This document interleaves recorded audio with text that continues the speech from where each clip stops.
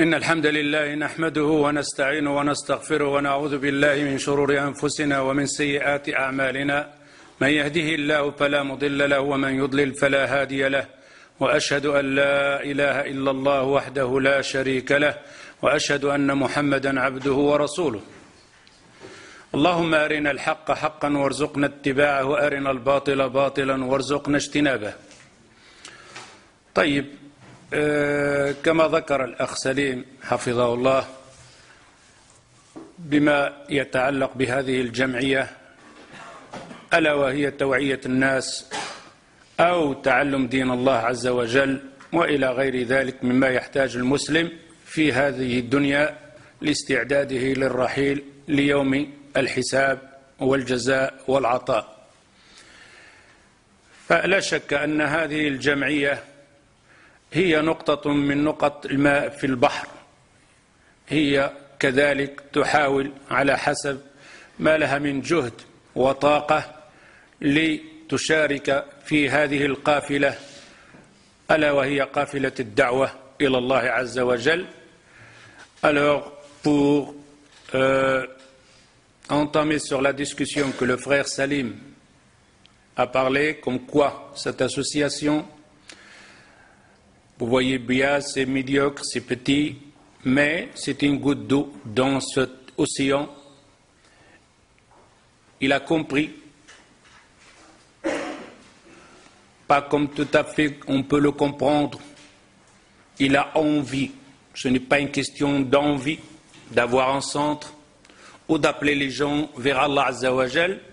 Au contraire, on ne peut pas dire j'ai envie ou j'ai l'attention d'avoir un centre ou d'aller dans un centre ou d'appeler les gens. Au contraire, c'est un devoir, une obligation. Alors on peut dire que ces gens-là, ils ont compris leur devoir en vis-à-vis de cette religion, de cette grandeur de la religion de l'islam, comme quoi ce n'est pas un choix de dire j'y vais ou j'y vais pas, ou alors c'est un choix de faire un centre ou de ne pas faire un centre. Ce n'est pas un choix, c'est un devoir. L'argument de ça, le dalil de tout ça, أي قلنا بأنه ليس الأمر كما يظن البعض أنه اختياري.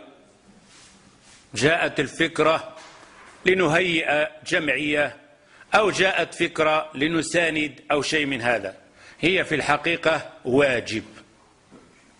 المقر واجب، والدعوة إلى الله واجب، والتفقه في دين الله واجب. Alors je vais citer quelques versets, quelques hadiths du prophète sallallahu alayhi wa sallam pour bien comprendre l'importance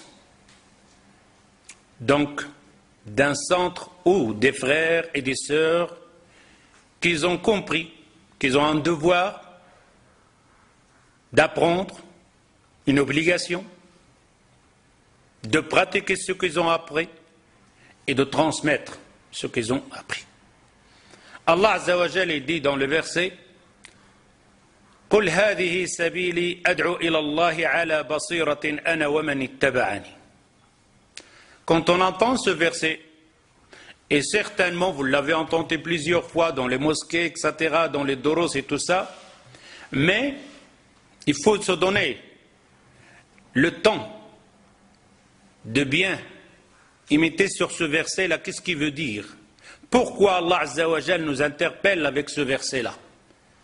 Allah Azza wa Jal, il dit au prophète sallallahu alayhi wa sallam, قل يا محمد, ô Mohammed, dis aux gens, قل هذه سبيلي, ça c'est mon chemin, ça c'est ma route. C'est-à-dire que dans ce bas monde, là on vit, on a une route, on a un chemin à prendre, tout le monde. Et ce chemin, quand quelqu'un prend un chemin, il a un but, il ne prend pas un chemin comme ça simplement, en lui disant pourquoi tu veux aller là-bas, comme ça. Non, je veux aller là-bas parce que je veux arriver à quelque chose, je veux faire quelque chose là-bas. Alors ici le chemin, quand Allah Azza wa Jal il dit, oh Mohammed, dis aux gens, قل هذه سبيلي, يا محمد قل للناس هذا طريقي. Ça c'est mon chemin, ça c'est ma route. Et la route, quelqu'un qui entame une route, il fait quelque chose. Alors, dans cette route de prophète sallallahu alayhi wa sallam, dans sa vie, la route ici, c'est la vie complètement. Qu'est-ce qu'il fait le prophète sallallahu alayhi wa sallam? Qul hadihi sabili ad'u ila Allah. Regardez la grandeur, l'importance d'appeler les gens vers Allah azza wa jalla. Vous connaissez le verset tout le monde. وَمَا خَلَقْتُ الْجِنَّ وَالْإِنسَ إِلَّا لِيَعْبُدُونَ. J'en ai créé les djinns et les humains, c'est simplement pour une seule raison, pour adorer Allah azza wa jalla. Alors il n'y a pas de penser le café, le commerce, manger, dormir et tout ça. Non. Ça c'est des choses en dehors de l'importance, du but de la création de cette personne, de nous, des djinns. وَمَا خَلَقْتُ الْجِنَّ وَالْإِنسَ. Une seule raison pour adorer Allah Azza wa Jal. لتوحيد الله عز وجل. قل هذه سبيلي أدعو إلى الله. Je fais appel vers Allah Azza wa Jal. Suivez bien le verset, vous allez voir que ce n'est pas un choix, que c'est une obligation. أدعو إلى الله. J'appelle les gens vers Allah Azza wa Jal. Tu appelles les gens comment, ya Muhammad? Ala basira, attention, ala basira, avec connaissance et science. Je ne peux pas appeler les gens à quelque chose que moi-même je ne comprends pas, que moi-même je ne connais pas. Ala basira. Wal basira, c'est la connaissance, la science. J'appelle pas les gens par ignorance ou par imitation. Comme j'ai dit ce dernier, quand j'étais au Maroc, on m'a appelé donc des jeunes d'une petite réunion comme ça, et je parlais dans ce but-là, comme quoi, qu'on appelle les gens vers Allah Azza wa Jal pour l'adorer par connaissance, par science, pas par imitation. Et alors j'ai posé une bête question, je dis aux gens, qui parmi vous dans le tahiyya bouge son doigt? Dans le tashahhud. La majorité bougeait le doigt. Pourquoi? Parce que c'était la coutume qu'on a appris de nos parents. Donc côté Maroc, Algérie, etc., dans le tahiyya, dans le tashahhud, on bougeait le doigt. Mais on ne savait pas pourquoi. Et au Maroc, ça bouge le doigt. C'est après, quand on a commencé les paraboles, les ulama, l'internet, le paltol, qu'on a compris qu'il y a un autre avis là-dedans, des autres savants qui disent non. Quand tu fais le tahiyya, tu ne bouges pas le doigt. Tu fais comme ça et c'est tout. Et les personnes qui ont dit on bougeait le doigt, on dit pourquoi tu bouges le doigt et toi pourquoi tu ne fais pas bouger le doigt? Pas de réponse. Le degré le plus haut de la réponse, j'ai entendu les ulama qui disent de ne pas bouger. Et toi, j'ai entendu les ulama qui disent on bouge. Et toi, j'ai vu mes parents bouger le doigt. Est-ce qu'on peut appeler les gens à ça? Est-ce que cette personne peut appeler les gens de dire bouger le doigt ou ne pas bouger le doigt? Impossible. Pourquoi? Parce que c'est une personne qui imite. Il n'a aucune connaissance. Il n'a aucune science. S'il dit à la personne bouge pas le doigt, tu lui dis pourquoi? Il va te dire j'ai entendu le ulama. Ça appeler les gens. Les ulama, ce n'est pas un argument, ce n'est pas un dalil. Le shuyukh, ce n'est pas le dalil.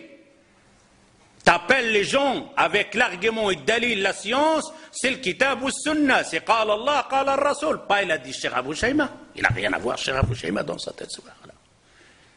Bouger ou pas bouger, j'ai un dalil, j'ai un argument, je le bouge.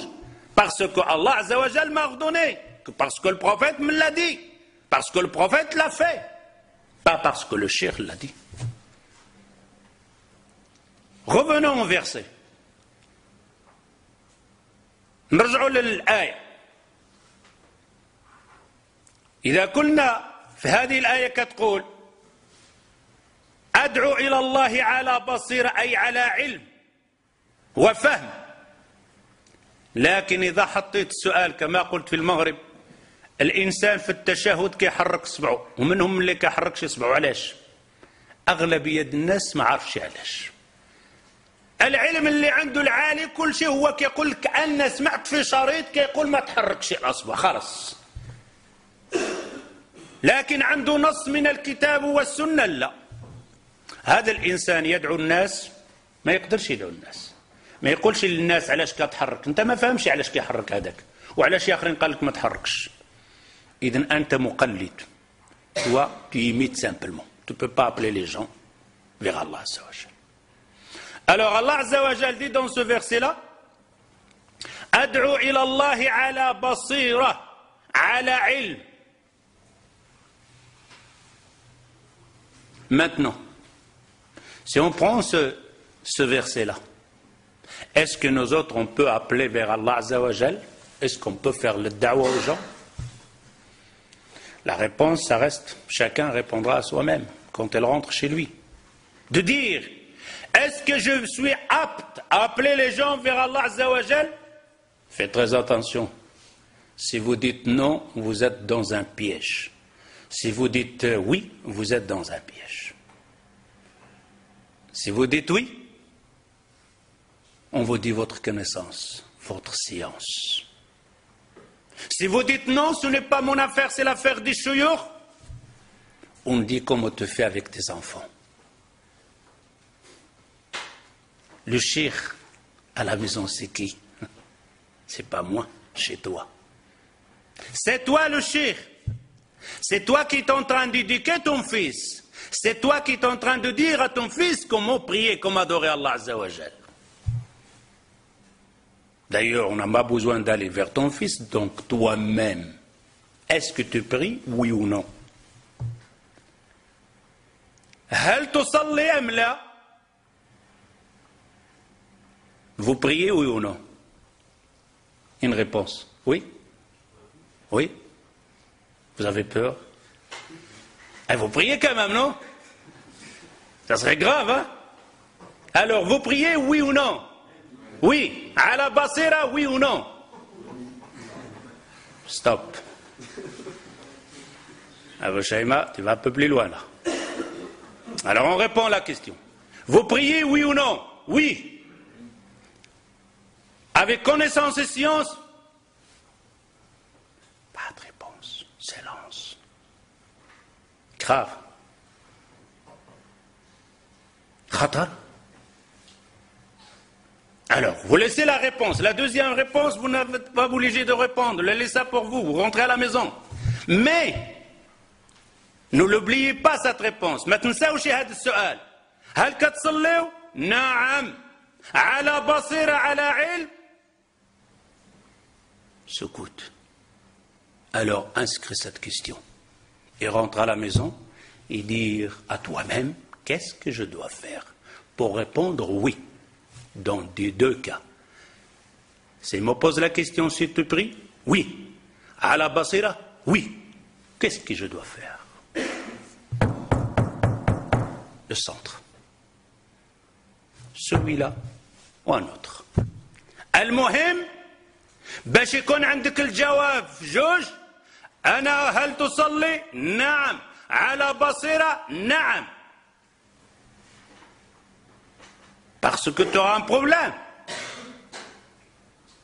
Je prie, oui.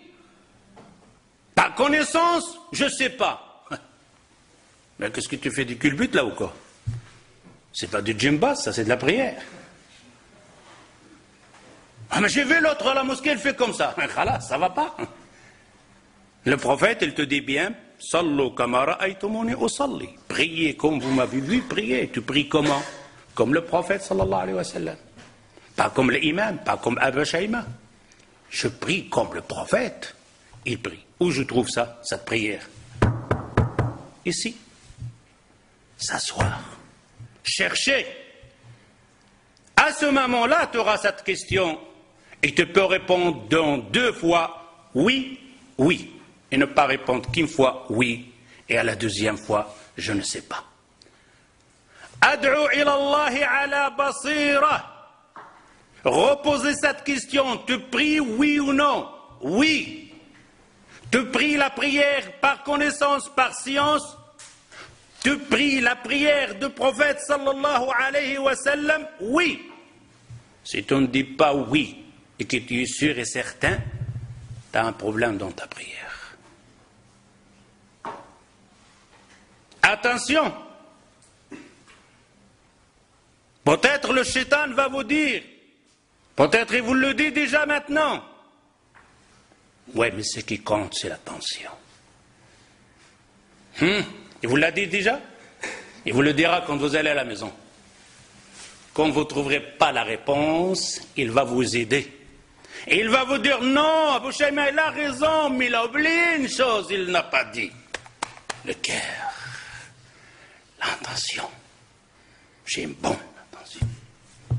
Fausse. L'intention tout seul ne marche pas. Deux raisons, deux conditions pour que ta prière soit valable. Il doit avoir l'ikhlas, l'intention pour Allah. Deuxième, il doit être comme le prophète sallallahu alayhi wa sallam l'a fait. S'il manque une condition, ta prière n'est pas valable. Et vous connaissez l'histoire, donc le prophète sallallahu alayhi wa sallam, il a dit à ce compagnon, retour, tu n'as pas prié 3 fois. 3 fois, il lui dit, retour, tu n'as pas prié, ta prière, elle est caduque, nulle. 3 fois. Est-ce qu'il n'en avait pas une bonne attention sur ce compagnon du prophète? Il en avait une bonne. واش ما كانش عنده النية الصالحة؟ كان عنده النية الصالحة، ومع ذلك قال له الرسول صلى الله عليه وسلم عد فصلي فإنك لم تصلي. Il a essayé 3 fois et malgré tout la prière n'était nulle. Alors combien parmi nous sa prière est nulle? Combien? Je vous dis oui, mais Allah il est miséricorde. Et le prophète il n'est pas miséricorde. De dire à cette personne 3 fois, répète, recommence. Il n'y a pas dit le prophète, ma'léché, demain tu feras mieux que ça. Non. Ta prière est nulle, n'est pas acceptée. Combien de gens vont à la mosquée que la prière n'est pas acceptée? Parce qu'il ne s'assoit pas à apprendre. Il ne fait pas l'effort de chercher la prière du prophète sallallahu alayhi wa sallam. Revenons au verset.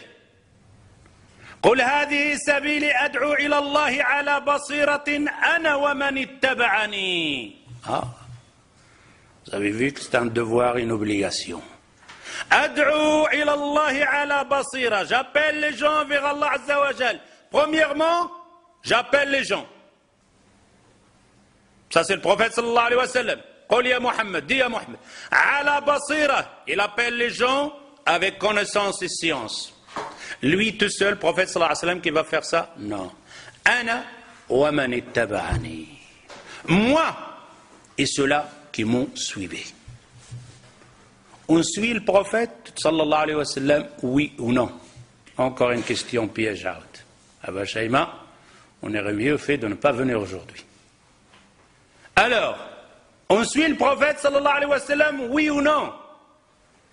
Oui? Oui? Ouais. Très faible. Oui ou non? Oui. Alors, on est obligé d'appeler les gens vers Allah, oui ou non? Oui. Ana wa man ittaba'ani. J'appelle les gens, moi, et ceux-là qui m'ont suivi. Et on dit, oh prophète, on te suit. Vous me suivez? Oui. Moi, mon travail, mon but, ma route, c'est d'appeler les gens vers Allah. Nous, c'est Allah, le prophète. On va appeler les gens vers Allah Azza wa Jal. Avec connaissance et science.